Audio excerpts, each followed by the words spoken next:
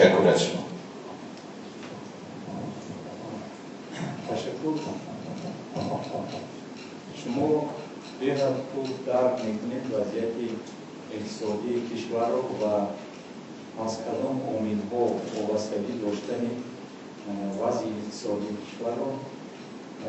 وقتی که ما بالین می‌آوان ساختارهای سازمان‌های منطقه‌ای یا بین‌المللی اقتصادی همراه شدنی می‌شویم، پیش از همه ما اول همه جانب‌های گوییم که مثبت و منفی آن را برمی‌کشیم در همه مراتب، چون که ما جایگیر شویم و همسایگی با یکی از کشورهای نهایت گوییم که وضع نظامی و سیاسیش مشکل افغانستان و آفت‌های طبیعی دیگر همه این یک جمعی بزرگی گوییم عامل‌هایی که میتوانند به وضع اقتصادی کشور تاثیر رسانند، همه اینا را ما وضع می‌کشیم.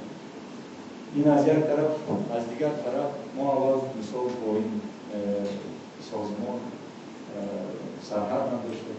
اکنون گرچند که قرقیزستان هم همراه شد به این سازمان و مثال سرحد پیدا شده باشد هم، لیکن ما در این کار کمی بگیم که سراسیمه نمی‌شویم و تا حال ما بگیم که این بررسی میکنیم. بسیار اینستوی هم علمی تحقیقاتی ما اشکالی که شما میتونید بررسی کرده ایستادن رو از اونا یکان پیشنهادی دقیق ما نگرفتیم.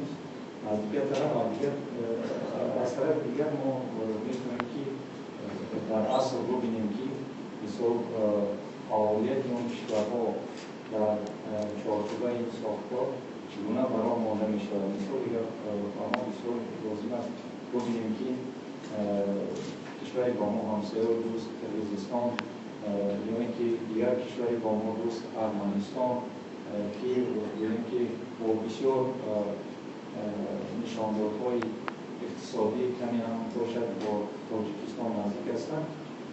ما میخوایم ببینیم که چطور در چارچوب سازمان فعالیت میکنند. بعد ما خلاصه کار میبریم.